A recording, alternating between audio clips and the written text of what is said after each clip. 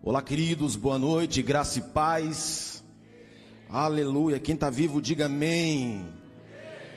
Quero expressar minha gratidão a Deus, tributar a Ele toda a honra, toda a glória, todo o louvor, por estar aqui nessa noite cooperando com os irmãos.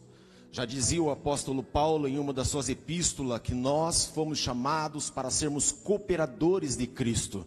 E estamos aqui para cooperar com os irmãos. E com toda a certeza, Deus tem uma palavra para os nossos corações. Amém? Sou grato a Deus pela receptividade de todos os irmãos. Todas as vezes que a gente veio a esta casa, fomos muito abraçados, fomos muito bem recebidos. Para quem não me conhece, eu sou o pastor Cleverson Luna, sou namorado, amante, apaixonado dessa mulher mais linda desse mundo, minha esposa Paola. Dá um sinalzinho aí, pessoal, ver que eu sou casado, para não dar em cima de mim depois. Aleluia. A minha manga rosada, meu filho Gabriel, dá um sinalzinho aí, Gabriel, Deus abençoe. Meu irmão David e todos os irmãos que aceitaram o convite. Eu no WhatsApp ali comecei a evangelizar os irmãos e fiz alguns convites. Estou vendo algum povinho aqui que aceitou o convite, está aqui nessa noite. Que Deus abençoe a vida de vocês. Passou lá no cantinho desapercebido Kleber Camanlúcia. Dá um sinalzinho aí, Kleber. Estou muito feliz de você estar aqui. Deus abençoe. Deus tem algo grande para a tua vida no nome de Jesus. Amém, queridos? Então vamos para a palavra do Senhor, que é para isso que viemos aqui essa noite. Abra sua Bíblia comigo no Evangelho de Jesus Cristo, segundo escreveu o doutor Lucas.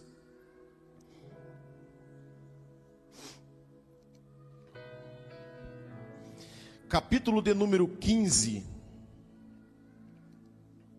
Lucas, capítulo de número 15 e o versículo de número 11. Aleluia. Lucas capítulo 15, versículo de número 11 e o 12 diz assim: E disse, um homem tinha 2 filhos, e o mais moço deles disse ao pai: Pai, dai-me a parte da fazenda que me pertence. E o pai repartiu em ambas as partes. Feche a sua Bíblia. Eu preciso que você preste muita atenção nessa mensagem. Eu sei que vocês estão vindo, principalmente a igreja local, vocês estão vindo de uma semana do SDA do Avivamento. Quem participou do SDA do Avivamento? Quem foi incendiado por Deus em nome de Jesus? E a temática aqui era: e o fogo arderá continuamente sobre o altar e não se apagará. E eu fiquei com uma briga com a minha alma, porque quando me chegou o convite para pregar a palavra de Deus aqui para vocês, eu sonhei que estava pregando essa mensagem aqui nessa igreja.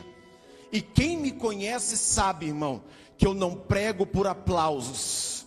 Eu prego pela responsabilidade da palavra de Deus. Se a palavra de Deus não fazer nada, não é a nossa oratória, não é o nosso grito, nada vai acontecer.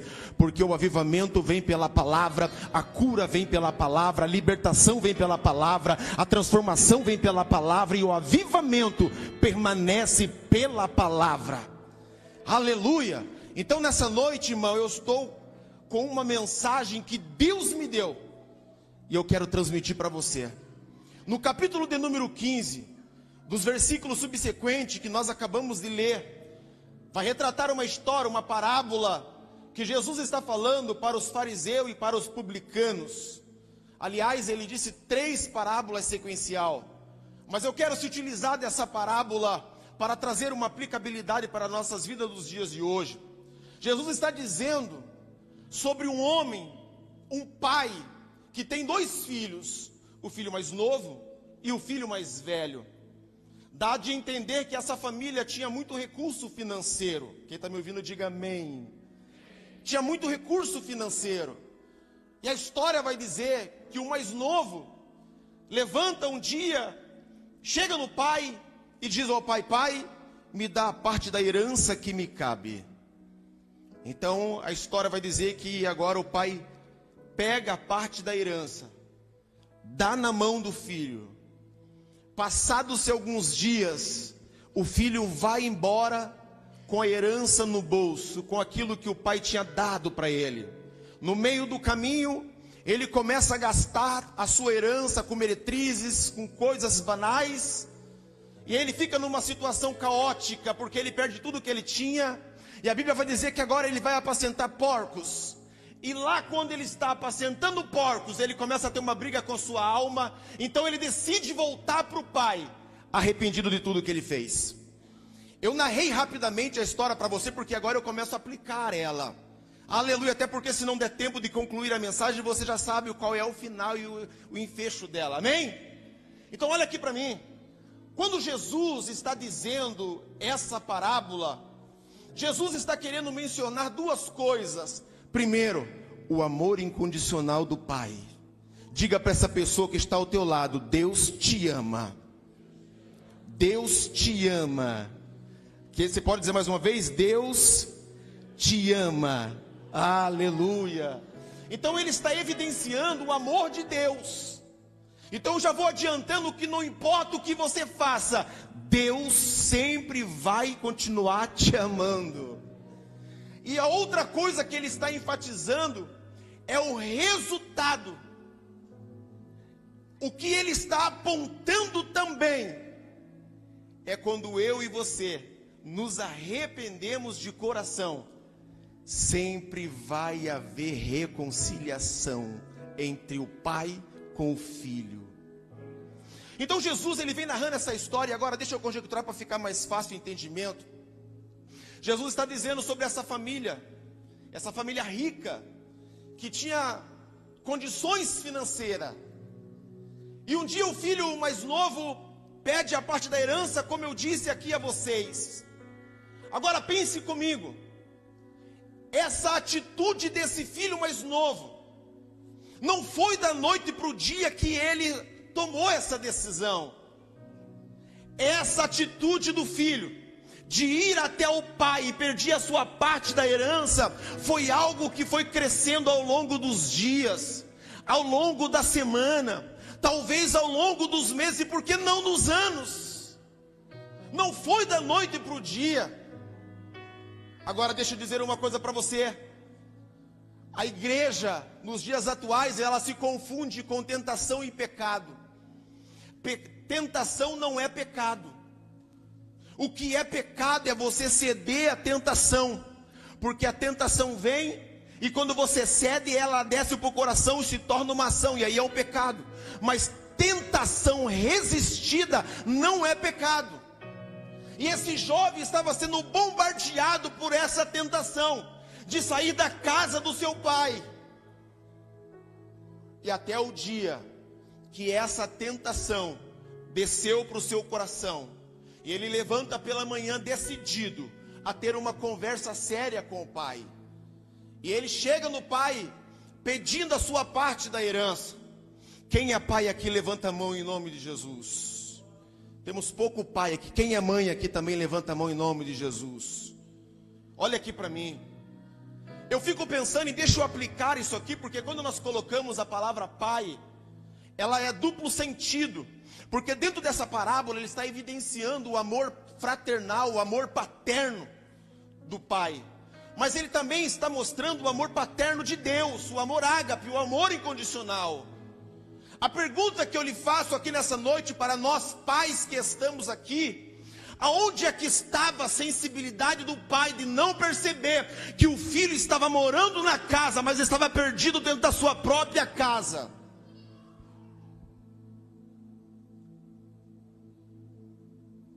Porque toda pessoa que ela está perdida dentro da sua própria casa, ela começa a dar algum sinal. Deixa eu conjecturar aqui. Quem sabe pela manhã o café está pronto, e o pai chama agora os filhos para tomar o café. O filho mais velho vem e senta à mesa. Mas quando chama o filho mais novo diz: não, eu não quero, depois eu tomo. Chega o horário do almoço, o pai chama os filhos para almoçar, o mais velho desce para almoçar, e quando chama o mais novo diz: não, eu não quero, depois eu coloco no micro-ondas e esquento. O pai teria que ter essa sensibilidade, que alguma coisa estava acontecendo com o filho. Para vocês pai que estão aqui, e eu sou pai também, o que é que o teu filho fica fazendo quando está no quarto sozinho, 1 hora, 2 horas, 3 horas? o que é que o teu filho está fazendo por trás das tuas costas. Deus precisa colocar essa sensibilidade nos pais, tanto no pai quanto na mãe, para que você cuide, para que você assista, guarde e proteja a tua casa e os teus filhos, para você não perder os teus filhos dentro da tua casa. A pior tristeza para um pai, é uma tristeza para a mãe, é você perder o filho dentro da tua própria casa. E tem muitos pais e tem muitas mães que perderam os filhos dentro da casa por um celular, pelas redes sociais, por jogos de videogames e assim por diante. Aliás, dentro da nossa casa existem dois altares. Dois altares. É a nossa cama, o nosso leito, e é a mesa. A cama, o nosso leito, é onde a gente nutre o nosso casamento e o nosso relacionamento. É o leito sem mácula. E a mesa é o lugar de comunhão, o lugar de direcionamento. Então vocês que estão aqui pai, vocês que estão aqui mãe, vocês que estão aqui jovem, quando forem se alimentar no café da manhã, no almoço, no café da tarde, na janta, sente à mesa com teus pais.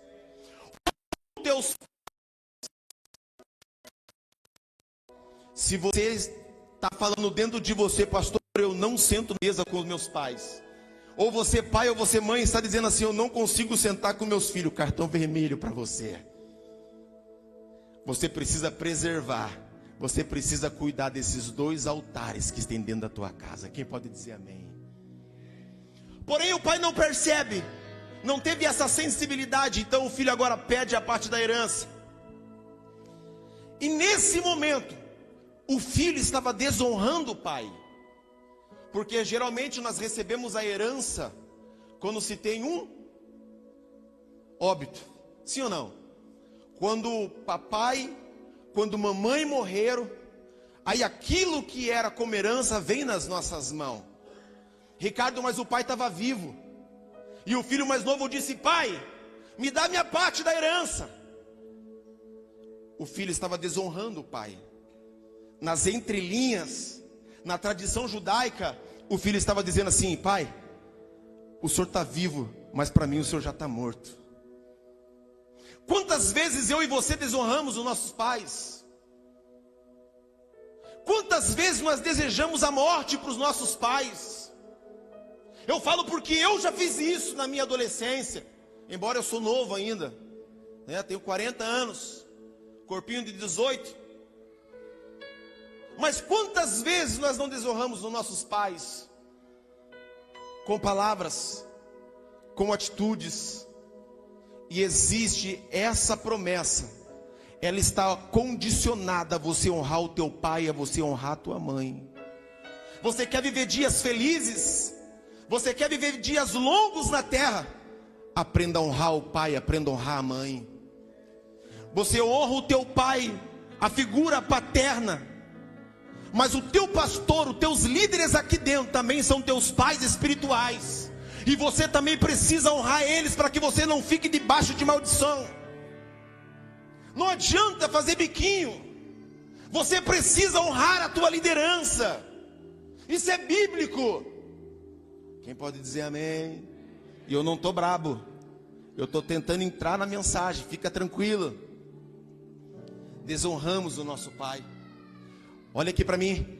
Eu lembrei de uma coisa agora. Alguns anos atrás, eu acredito que deva ter uns 15 anos atrás, eu participei de um evento. Eu estava em busca de algumas respostas, porque eu vi algumas coisas acontecendo no meio da minha família e eu queria obter a resposta e não tinha.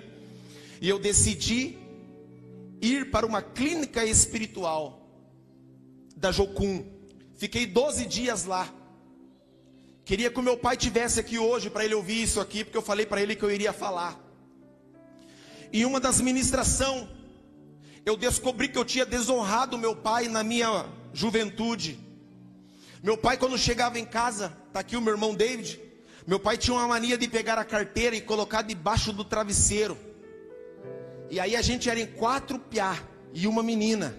E eu ia com a pontinha dos pés, esperava meu pai dormir. E eu ia enfiando a mão assim debaixo do travesseiro. Quando eu conseguia pegar a carteira do pai, eu abria e pegava um dinheiro. Não era para usar droga, para beber, nada disso. Era para comprar pirulito e chicletes. Eu era uma criança. E quando eu estava lá naquela clínica, eu descobri que eu desonrei meu pai porque eu estava roubando meu pai. Ali estava abrindo uma porta para mim. E sabe o que eu tive que fazer? Depois de casado, ir até o meu pai, falar para ele que eu estava com a mania de cleptomania, que agora é uma palavra bonita, né? Para não dizer que furto, roubo. E eu tive que colocar um valor dentro do envelope. E eu dei na mão do meu pai, dobrei o meu joelho na casa do meu pai e falei: pai, eu quero te pedir perdão porque todas as vezes que eu roubei do Senhor, e como forma de restituição, eu estou te devolvendo aqui aquilo que eu peguei. Dei um valor para ele, dobrei o meu joelho e falei: coloca a tua mão na minha cabeça e me abençoe em nome de Jesus. As coisas destravaram na minha vida depois desse ato, porque a porta foi fechada. A importância de você honrar o teu pai, de você honrar a tua mãe, de você honrar a tua liderança. Pastor, mas eu não moro com meu pai nem com a minha mãe. Então honra com quem você está morando em nome de Jesus. É bíblico. Esse jovem, ele agora desonra o pai, pega a sua parte da herança e ele vai embora. Queridos, olha aqui para mim. Eu coloquei um tema nessa mensagem. Não está ali, mas o tema é o seguinte: o perigo de você sair da casa do pai. Quando você está na casa do pai, você tem proteção. Você está aqui hoje, você está protegido. E nós acreditamos que mesmo aqueles que não estão aqui pela nossa fé, também estão protegidos, porque Deus está guardando a nossa casa, Deus está guardando a nossa família. Quem acredita nisso? Eu quero declarar isso sobre você. Você está aqui me ouvindo nessa noite, e Deus está cuidando da tua casa, da tua família, dos teus entes queridos. E quando você retornar para a tua casa, tem vitória para você e para eles também lá. Quem acredita nisso? Olha aqui para mim. O perigo de você sair da casa do pai. Eu precisava de 4 homens corajosos aqui em cima, rapidinho comigo, em nome de Jesus. 4 homens macho. Só macho.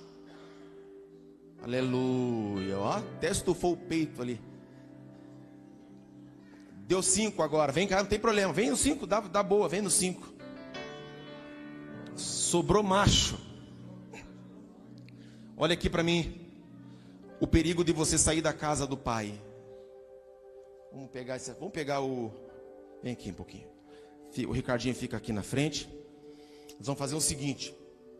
O irmão que é maior, coloque a mão em cima aqui assim, do Ricardinho. As duas mãos assim. Olha para lá. E vocês 3, fecha o Ricardo assim, ó. Pegue na mão de vocês assim, fecha o círculo. Não, você fica aqui. Dá aqui a mão, querido. Aqui, tu aqui. Aqui, fecha aqui. Isso aqui é uma analogia para você entender o perigo que você corre quando você decide de sair da casa do pai. Nós estamos aqui fazendo essa conjectura, e o Ricardinho, ele representa o filho pródigo. Ele representa o filho mais novo. Ele representa ele representa você. Quando nós estamos na casa do pai, nós estamos dessa maneira. Agora eu vou mostrar para você como que funciona. Aqui está o Ricardinho, eu e você, diga assim: sou eu. Aleluia. A Bíblia diz no livro de Salmos que o Senhor dá ordem aos anjos ao nosso respeito, e o diabo está ao nosso derredor. Então ao nosso redor está os anjos. Isaías capítulo 59, versículo de número 1. Eis que a mão do Senhor não está encolhida, eis que a mão do Senhor está estendida. Anjo, mão do Senhor. Apóstolo Paulo, a epístola aos Coríntios, capítulo de número 6, versículo 19. Acaso não sabeis que o vosso corpo passou agora a ser casa, morada, templo do Espírito Santo de Deus? Olha aqui para mim. Se nós somos templo do Espírito Santo, o Espírito Santo habita dentro de mim, habita dentro de você. Coloque a mãozinha no coração e diga assim: o Espírito Santo, ele habita dentro de mim. Se o Espírito Santo está dentro de mim, à minha volta está o anjo, e em cima está as mãos de Deus. Quem é que te toca dentro da casa do Pai? Dentro da casa do Pai você está protegido. dentro da casa do Pai você pode dormir tranquilo. Ricardinho, coloca eles na prova, vai até lá e volta e vocês seguem ele em nome de Jesus. E aonde você for, essa presença ela vai te acompanhando. Aleluia.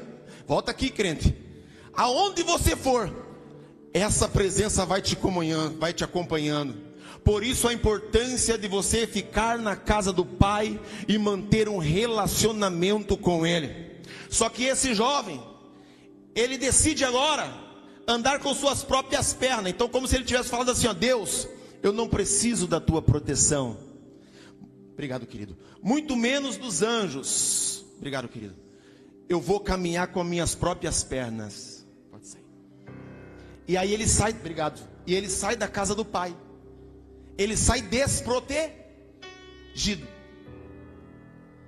E nessa que ele sai desprotegido, ele vai ficar vulnerável aos ataques do diabo. Ele sai com o dinheiro no bolso e para ele está tudo bem.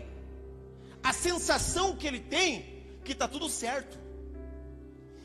A desonra que ele fez ao pai, para ele não teve peso nenhum. Mas por enquanto, o diabo, ele sabe como trabalhar.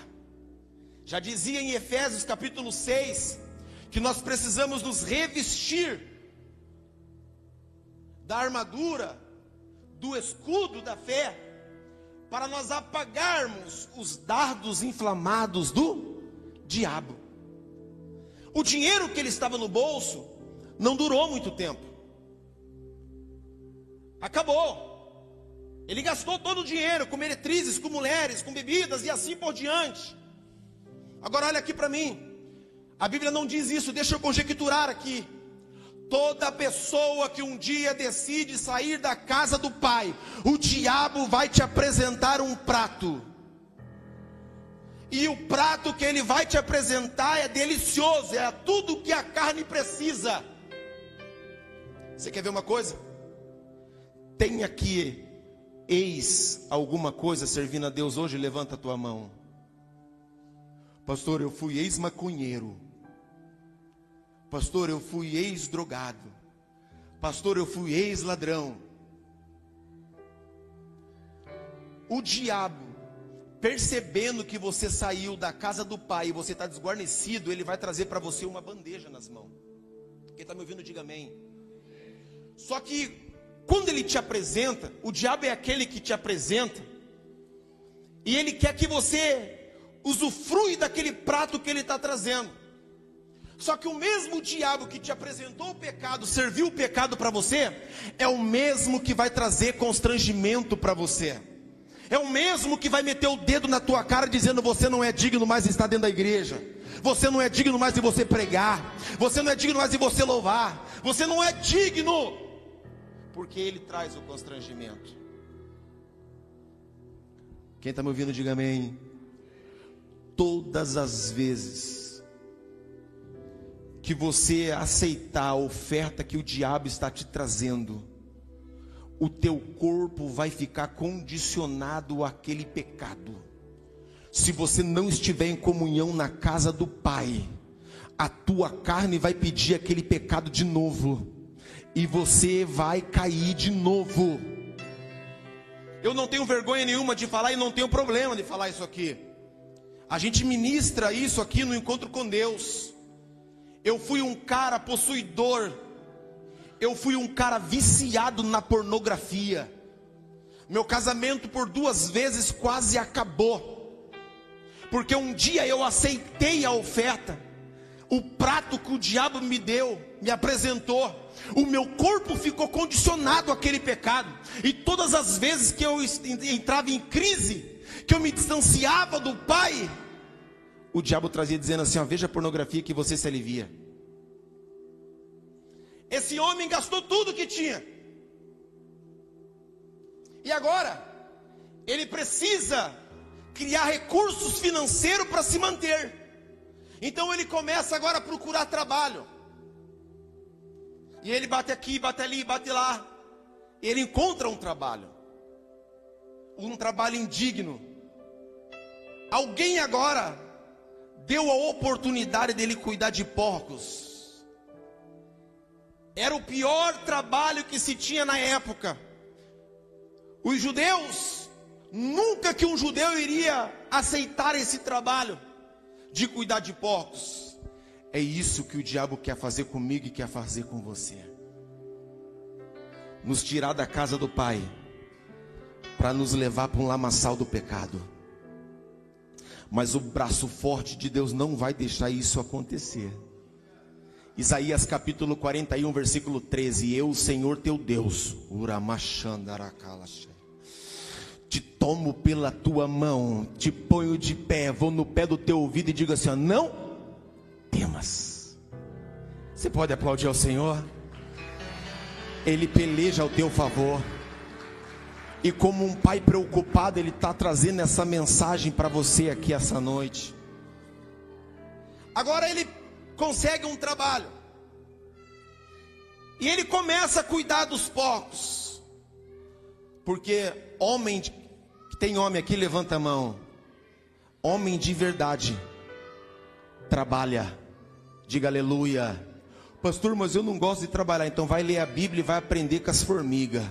Mas homem de verdade trabalha, tem que ser o mantenedor da casa, tem que ser o sacerdote, tem que ser o guarda-chuva do lar. Amém? Então agora ele arruma um trabalho. Agora deixa ele arrumando o trabalho dele, Júnior, e eu vou agora lá para a casa do pai. Eu acredito. Deixa eu aqui com a minha conjectura. O pai, todo final de tarde, sentava na varanda, olhando o caminho que o filho foi embora. Na grande realidade, o pai estava ansioso pelo retorno do filho. Chegava-se à beira da noite, o funcionário da fazenda, pastor David, chegava lá para o pai e dizia assim, seu fulano, já guardamos o gado, já organizamos tudo, podemos fechar a porteira e fechar a porta. E o pai falava assim, deixa a porteira aberta e deixa a porta aberta também. O Evangelho de João, ele diz, Jesus dizendo, eu sou a porta, quem por mim passar encontrará salvação. Então esse pai sentiu a perca do filho ter saído da presença dele, mas foi uma escolha, é o livre-arbítrio. A decisão foi do filho, não do pai. Embora o pai com o coração apertado, o pai torcia para que o filho retornasse. Agora olha aqui para mim. O filho está cuidando dos porcos.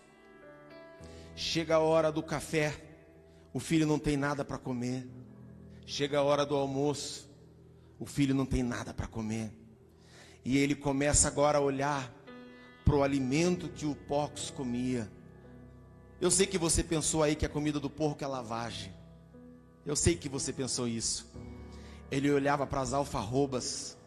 E a Bíblia diz que ele desejava se alimentar dos alimentos dos porcos. Mas ele não podia fazer isso. O seu patrão não deu a ordem para que ele comesse e se alimentasse daquela comida. Agora começa, Daniel, uma briga no seu interior. Agora as coisas começam a fazer sentido para ele. Às vezes é preciso Deus permitir você passar por algumas situações para que você abra o olho e perceba que o teu pai continua no mesmo lugar e foi você que se distanciou dele. Os dias foi se passando e você foi se distanciando. Os meses foi se passando e você foi se distanciando. E aí você diz assim, o meu pai me abandonou. Não, não, não, não, não. O teu pai continua no mesmo lugar. É você que está longe dele. E agora ele começa a pensar e dizer, eu estou aqui nessa situação. E os trabalhadores do meu pai tem abundância de pão, vivem bem. O que eu fiz da vida? Que decisão errônea que eu tomei. Queridos, quando você for tomar uma decisão, ore a Deus, para que Deus te dê a direção. Olha só, Nós ficamos por 12 anos sendo pastores auxiliares da Igreja Assembleia de Deus do Brasil, em São José dos Pinhais. Há 8 anos eu fui pastor ordenado. Há 1 ano e 2 meses a gente veio para Piraquara. E nós estamos nessa transição, tentando encontrar o lugar para que a gente se estabeleça. Mas a gente não arreda o pé enquanto Deus não falar, tá certo. Essa é a hora e esse é o lugar. Aleluia. Mas a Bíblia diz que a oração do justo pode muito seus efeitos. E eu sei que tem gente aqui dizendo assim: Senhor, toca no coração do pastor Cleverson, da sua família, a ficar na Betel. Eu sei disso, já recebi mensagem. Então continua orando. Mas as tuas decisões não podem ser precipitadas. Toda decisão precipitada fora do propósito de Deus vai haver consequência. E às vezes a consequência não vem só para você, não vem só para mim. Ei, Deus dá uma ordem para Jonas ir pregar sua palavra em Nínive. E ele foi para onde? Foi para Tarsis. A Bíblia diz que Jonas desce para Jope. De Jope ele desce para o navio. Do navio ele desce para o porão. Toda pessoa que está fugindo da presença de Deus ou se distanciando do Pai, a tendência é cada vez ir para mais fundo. Ele está agora deitado, e quando a embarcação começa a andar, passado algum tempo, o vento começa a soprar, a embarcação mexe de um lado, mexe do outro. Os marinheiros começam a ficar preocupados, eles começam a pegar alguns materiais deles e começam a jogar ao mar para que a embarcação ficasse leve, de medo de naufragar. Agora deixa eu lhe fazer uma pergunta: o vento, a tempestade estava assolando só Jonas ou a todo mundo? Diga comigo, a todo mundo. Todos foram alcançados por uma decisão errônea da vida de Jonas. Então, jovem que me ouve aqui essa noite, pais que me ouvem aqui, mães que me ouvem aqui, os internautas que estão nos assistindo agora, não tome decisão precipitada, porque você pode trazer problema para a tua casa, para a tua família, para as pessoas que estão mais próximas de você. Que Deus tenha misericórdia de nós. Agora ele toma uma decisão, Ricardo, e agora começa a ficar gostoso. Ele decide voltar para a casa do seu pai.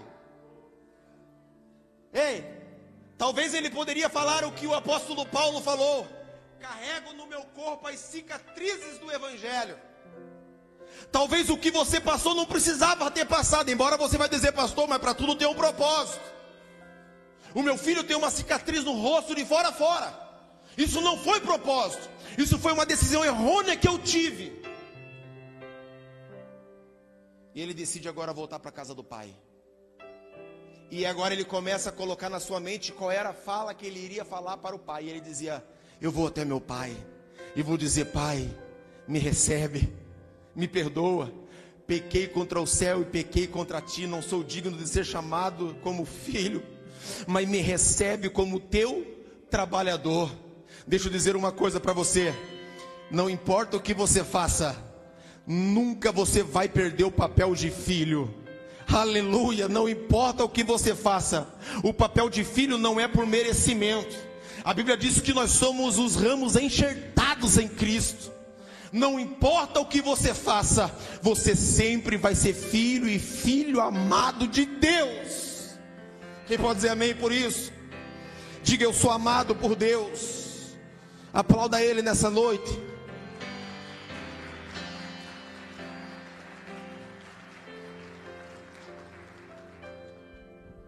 Ele decide voltar.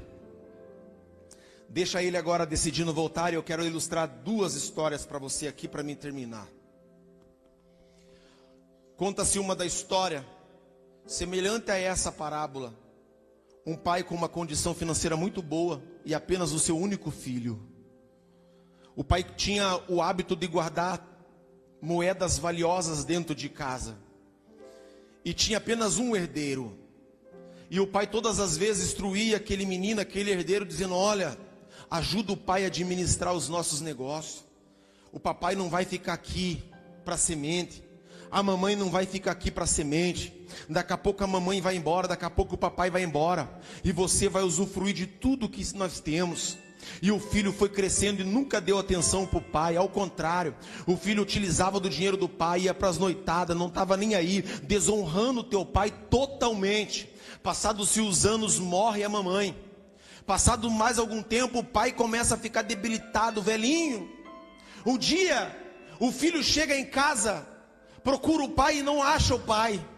E de repente o filho olha para o final do terreno e escuta algum barulho. E quando ele chega lá, ele pega o pai dentro do porão. E ele diz: pai, o que você está fazendo? E o pai estava lá colocando uma travessa de bambu, com seus bracinhos trêmulos, tentando bater o martelo. E aí o pai pega uma corda, coloca uma corda, e ele fala assim: pai, o que é isso?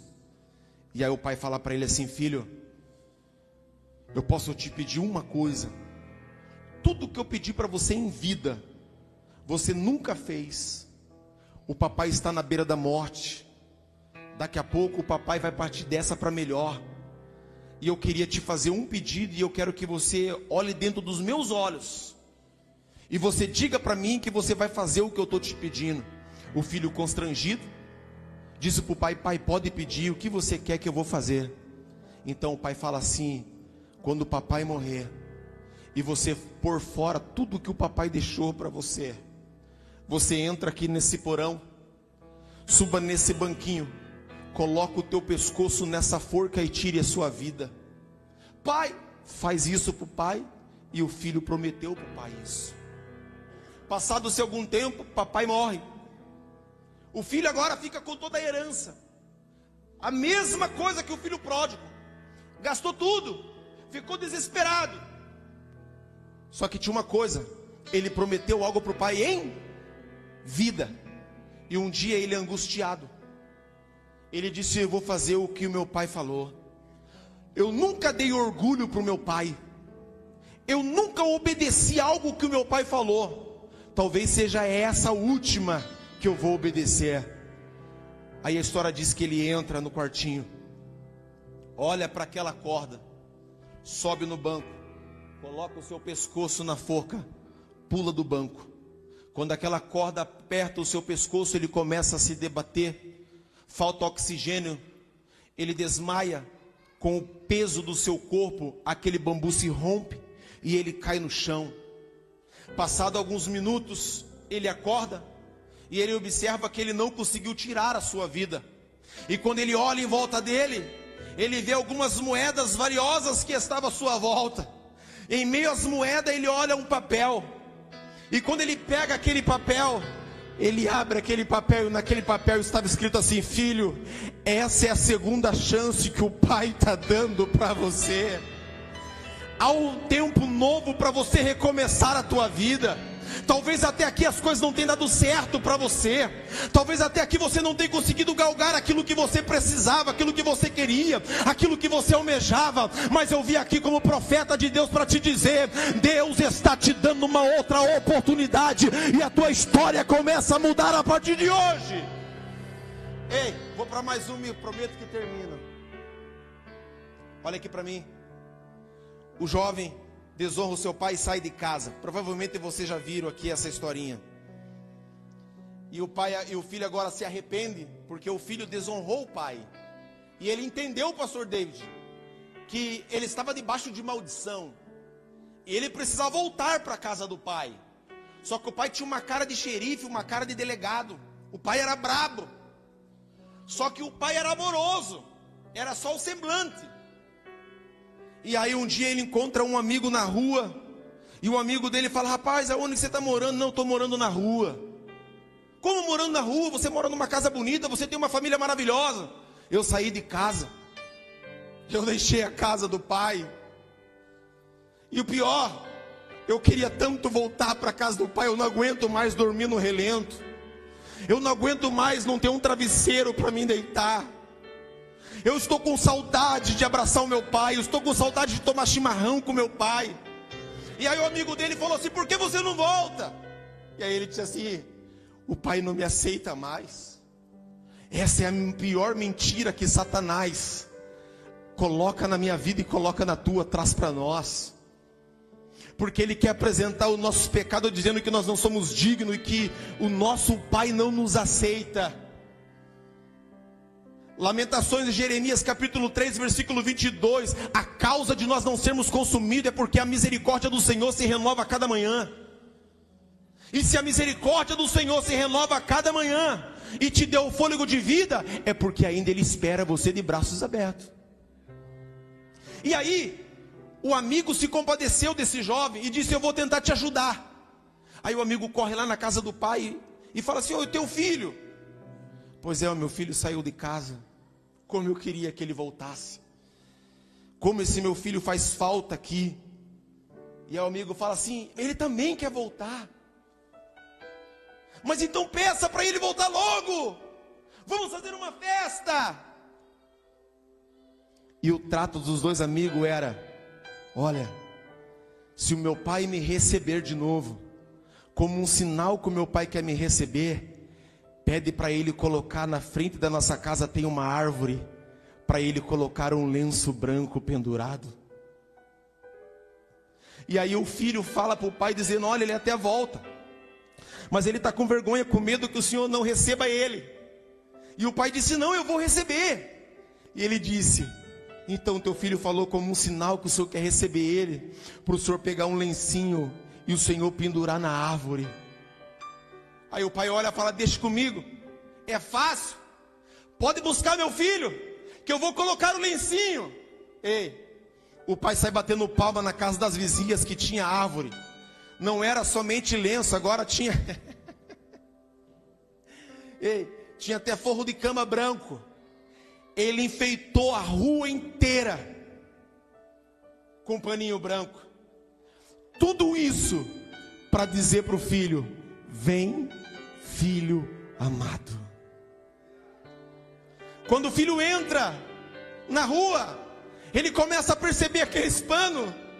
Eu acredito que ele começa a chorar. E o pai não está dentro de casa. O pai está na rua com os braços abertos dizendo: vem, filho amado, vem, filho amado. E aí houve a reconciliação. Agora o filho pródigo retorna para a casa do pai. E quando ele retorna para a casa do pai, ele vem com todo o discurso dele.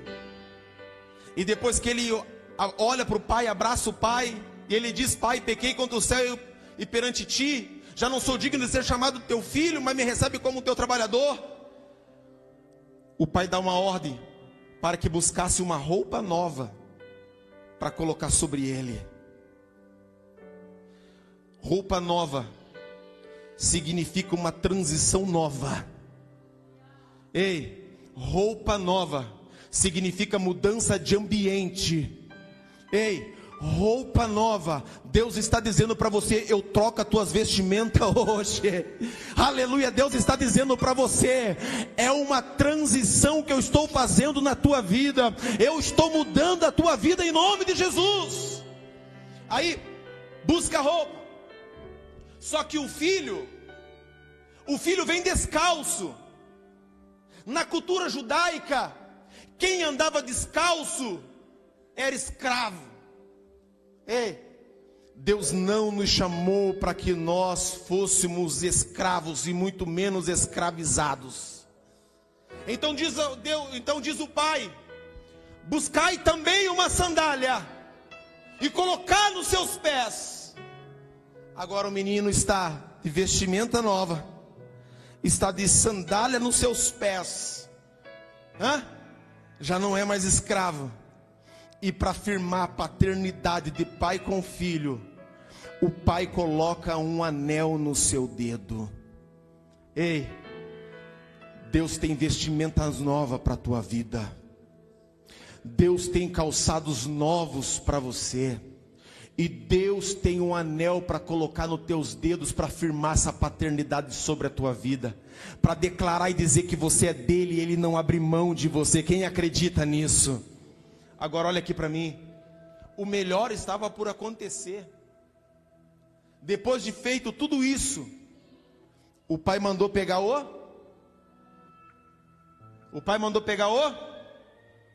bezerro, o animal, a cabra, o cabrito, e disse assim: é noite de festa, porque o meu filho que estava perdido foi achado. Ei, cadê os pastores daqui? Cadê o pastor Célio? Está escondidinho. Pastor Célio, eu estou com uma palavra para você. Ei, comece a engordar o gado. Prepare sapatos novos. Prepare anéis novos. Porque as pessoas que saíram, Deus manda te dizer: eu vou trazer de novo, e você vai aceitar com honra. Prepare sapato, prepare anel, e manda engordar o gado, porque Deus vai trazer novamente, e você vai ter que receber com festa, porque Deus deixou que saísse, para voltar com uma nova metanoia. Aleluia, eu acredito nisso em nome de Jesus. Quem me ouve diga amém. O cristianismo não joga fora, a religião joga fora, o cristianismo não joga fora. Ei, nós estamos com muitas pessoas com prazer de mais expor do que pegar na mão e levantar e andar junto. Aquele pai fez uma festa porque recebeu o seu filho. Se coloca sobre os seus pés em nome de Jesus. Deus não iria me dar essa palavra nessa noite sem saber qual era o estado do filho que ele estava falando. Eu não posso terminar essa ministração sem antes eu fazer uma pergunta a você aqui essa noite. Pastor Cleverson, eu estou afastado da casa do Pai. Eu saí da casa do Pai. E nesse percurso, quando eu saí da casa do Pai, eu fiz algumas coisas. Hoje é noite de você voltar a ter comunhão na casa do Pai. Hoje é noite de você sair daqui novamente com a cobertura espiritual do teu Pai. Hoje é noite de você sair daqui de mão dadas com Ele, como Jesus fez com Zaqueu. Zaqueu, desce. Hoje me convém pousar na tua casa. Zaqueu fica constrangido, declara o seu pecado diante de Jesus. Houve reconciliação naquele momento, e por aquele ato de reconciliação Jesus disse: hoje entrou a salvação nesta casa. Eu queria orar por você que quer se reconciliar aqui nessa noite. Tem alguém que quer reconciliar com o Senhor Jesus? A força que você precisa está na tua decisão e na tua reconciliação. Você não vai ter essa força, você não vai conseguir vencer o que você está enfrentando fora da casa de Deus, fora da comunhão com o Pai. Tem alguém? Eu não estou falando para você aceitar Jesus sobre essa igreja, porque as pessoas pensam: se eu aceitar Jesus aqui, pastor Célio, eu vou precisar congregar aqui. Se ficar congregando aqui é a bênção de Deus. Mas eu estou falando para você de você ter uma comunhão com o Pai. Tem alguém que quer reconciliar com o Senhor? Dê um sinalzinho assim com as tuas mãos. Você sabe que o Espírito Santo está falando com você. Eu não tenho dúvida disso. A força que você precisa.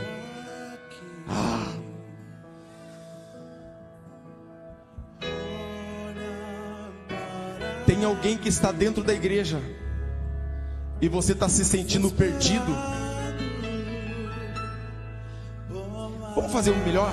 Sai todo mundo das cadeiras, vem aqui para o altar em nome de Jesus. Sai das cadeiras, pode vir para o altar com todo respeito. Peço licença ao pastor Célio. Vem para frente do altar. Venha, Kleber, venha para frente do altar.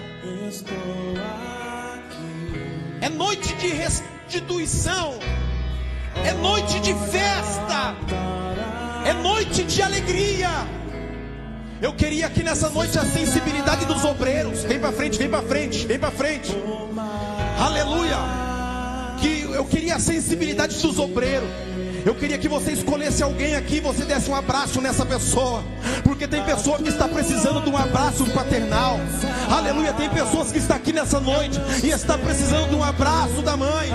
Aleluia. Tem pessoas aqui nessa noite que o constrangimento não deixou levantar a sua mão para reconciliar na casa de Deus, e Deus precisa usar você. Emanjora Masura Macarachélia. Senhor, em nome de Jesus, aqui estão teus filhos diante do teu altar. Senhor, alcance esses corações que estão aqui nessa noite. Senhor, em nome de Jesus, visita esse homem, visita essa mulher. Que o Senhor comece a gerar um milagre na casa deles, que o Senhor comece a gerar um milagre na casa delas. Em nome de Jesus, que o teu Espírito Santo venha fazer um milagre aqui que precisa ser feito.